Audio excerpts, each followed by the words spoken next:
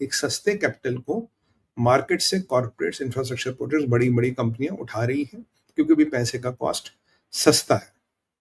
और दूसरी चीज जो है कि ये भी माना जा रहा है कि जो पैसा भी रेज हुआ है ये साहब 3 गुना ज्यादा है than the money which is raised from IPOs.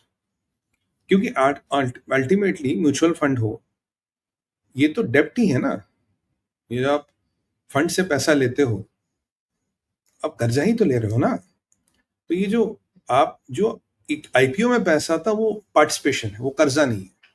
जो आप फंड से किसी से भी पैसा लेते हो वो डेट है। तो यहाँ पे कहीं ना कहीं जो आपका म्यूचुअल फंड्स है ये 3 गुना, 3x, मतलब आईपीओ से अगर मान लीजिए 30,000 करोड़ आया है तो म्यूचुअल फंड से 1 लाख करोड़ आया है, 3 गुना पैसा है।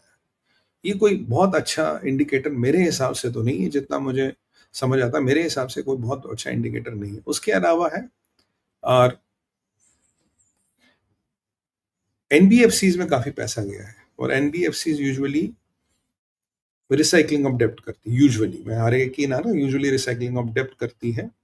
और इसमें क्या होता है कि इसमें कुछ आपके पुराने चीजें जो है वो कारपेट के नीचे चली जाती है, कारपेट के नीचे चली जाती है। यहाँ एक रिस्क फैक्टर भी आता है क्योंकि अगर कैपिटल की अवेलेबिलिटी मार्केट में कम हुई, आपने देखा 2018 में एलएफएस के साथ क्या हुआ।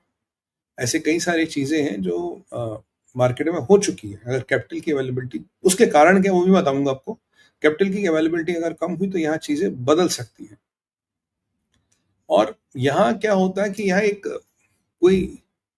एक सिंगल क्रेडिट फ्लैग नहीं होता, कोई कोई कोई कोई एक सिंगल सिस्टम की कोई क्रेडिट रेटिंग नहीं होती। हर म्यूचुअल फंड की हर एक की होती है, पर एक सिस्टम की क्रेडिट रेटिंग कोई नहीं होती।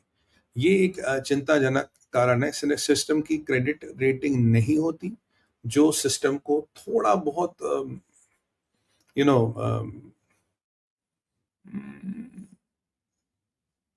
और क्या होता है कि अगर कई बार क्या होता है कि कैपिटल का आना कम हो जाए तो लोग क्या करते हैं, या रिस्क म्यूचुअल फंड्स में बढ़ जाए। जैसे कई बार अफवाह उड़ जाती है, ये फ्रैंकलिन टेम्पल्टन का केस हुआ था। उन्होंने काफी, उनके 5-6 म्यूचुअल फंड खटाई में पड़ गए थे इस कारण।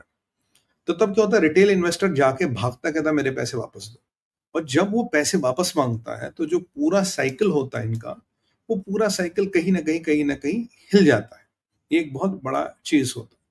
अब देखिए, एक बहुत बड़ा फैक्टर होता है क्रूड ऑयल। ये खाड़ी का युद्ध आप जान रहे हो क्या हो रहा है, ये ईरान इजराइल वगैरह आप जान रहे हो क्या हो रहा है। अगर खाड़ी का युद्ध बढ़ता है, ये हमास होती, ये मैं आपको रोज कर रहा हूँ, मान लीजिए क्रूड ऑयल 90-100 रुपए बैरल पार कर गया, 100 रुपए बैरल, 90 रुपए बैरल भी पार कर गया, उससे क्या होगा, जो आरबीआई है वो अपनी पॉलिसी टाइट करेगा, वो रेपो रेट को रिवाइज भी कर सकता है। और जो यूएस में आप अपेक्षा कर रहे हो कि वो अपना इंटरेस्ट रेट या रेपो रेट गिराएंगे, दे में डिलेट, आरबीआई में डिलेट, आरबीआई में इंक्रीज और यूएस में ऑल्सो इंक्रीज। तो उसके बाद क्या होता है कि जो availability of cash in the market है वो कम होती है, डॉलर स्ट्रांग होगा, तो यहां से पैसा निकल के आपका डॉलर में जाने लगा। US bonds might become more profitable. उसमें जो फॉरेन इन्वेस्टर्स होते हैं, जो फॉरेन फंड्स आपके यहाँ आते हैं, वो फटाफट पतली गली पकड़ के निकल लेते हैं। तो जब वो निकलते हैं तो मार्केट में एक पैनिक आता है, मार्केट में एक पैनिक जैसी परिस्थिति होती है। मतलब आपने कुछ नहीं किया, वो खाड़ी में युद्ध हुआ, हूतियों ने क्या किया, हमास ने, हिजबुल्लाह ने क्या किया, मतलब आपकी हमारी वाट लग गई, ऐसे मैं मतलब लेमन्स भाषा में समझाऊं तो इसके कारण ये कुछ चीजें होती है। क्योंकि फेडरल मतलब मैं ना, अपने रेपो रेट उन्होंने कट डिले कर दिया, मेंटेन कर दिया, हो सकता थोड़ी बड़ा भी। यूजुअली ये सब चीजें होती हैं। अब बोलोगे यार ये फॉरेन इन्वेस्टर्स की बात करें, फॉरेन इन्वेस्टर्स का क्या लेना देना है। ऐसा एस्टिमेट है, लगभग नंबर है 9,000 करोड़ जो पैसा है ये फॉरेन इन्वेस्टर्स का है।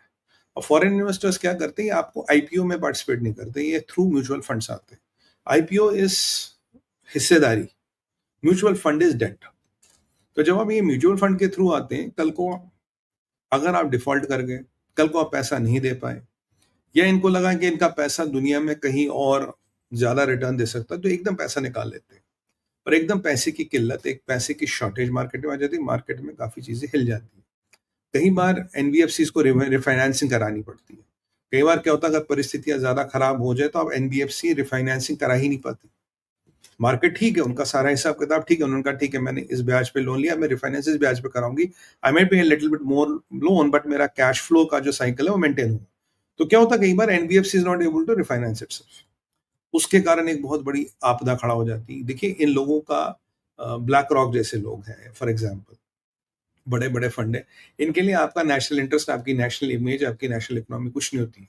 मतलब एक पूरा पूरा एनबीएफसी है, एक पूरा पूरा बड़ा fund can reach at the verge of a default, और ऐसे ही बड़े बड़े डिफॉल्ट होते हैं क्योंकि they are this not anything they are wrong, but geopolitical condition इतनी बदल गई, जियो इकोनॉमिक कंडीशन इतनी बदल गई कि डिफॉल्ट होना लगभग लगभग तय है। यहाँ पे एक एक ये बड़ा रिस्क आ जाता है।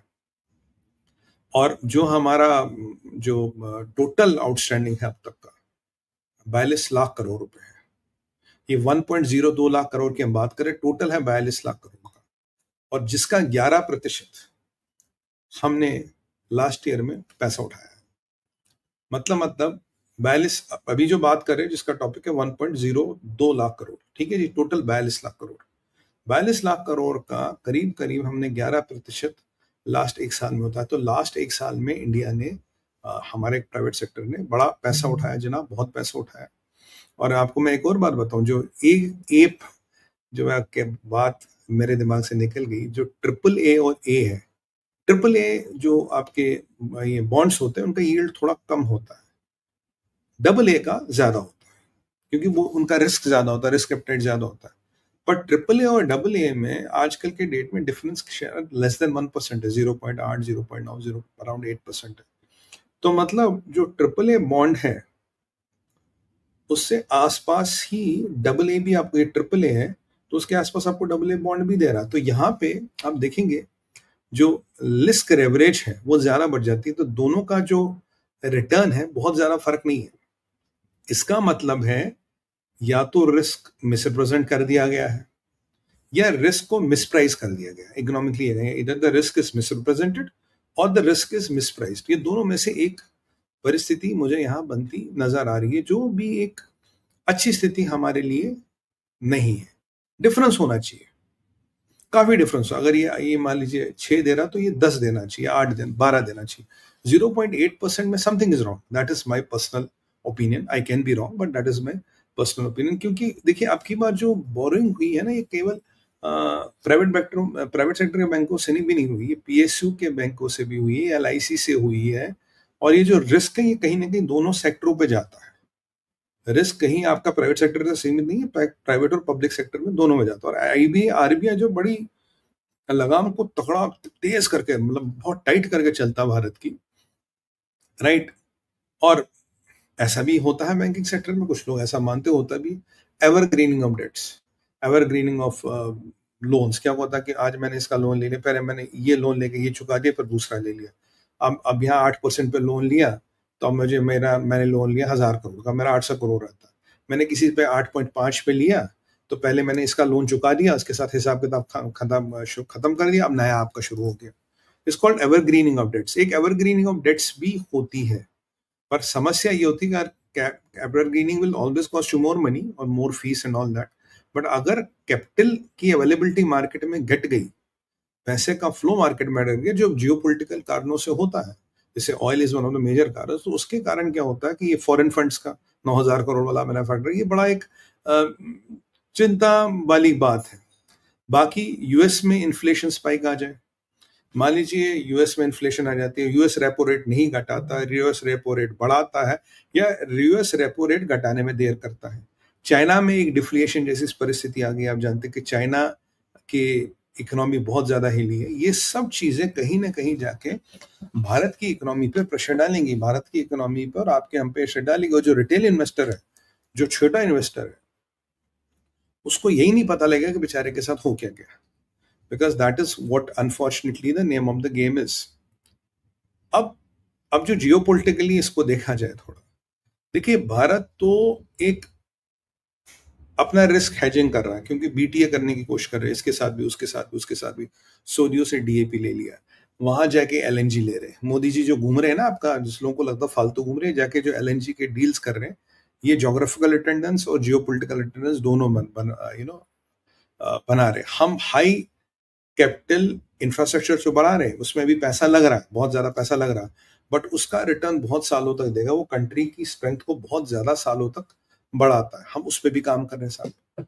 हम चाइना ने जो पैसा उठाया मार्केट से, 50 ट्रिलियन डेट की आज बातें हो रही है, उससे चाइना क्या करता है, चाइना ने अपनी सप्लाई चेन्स को डोमिनेट कर दिया। भारत सप्लाई चेन्स को डोमिनेट नहीं करता, भारत सप्लाई चेन्स को डोमिनेट नहीं करता। भारत क्या करता है, भारत एक इंफ्रास्ट्रक्चर बनाता है, भारत एक इंफ्रास्ट्रक्चर बना रहा है, जो इंफ्रास्ट्रक्चर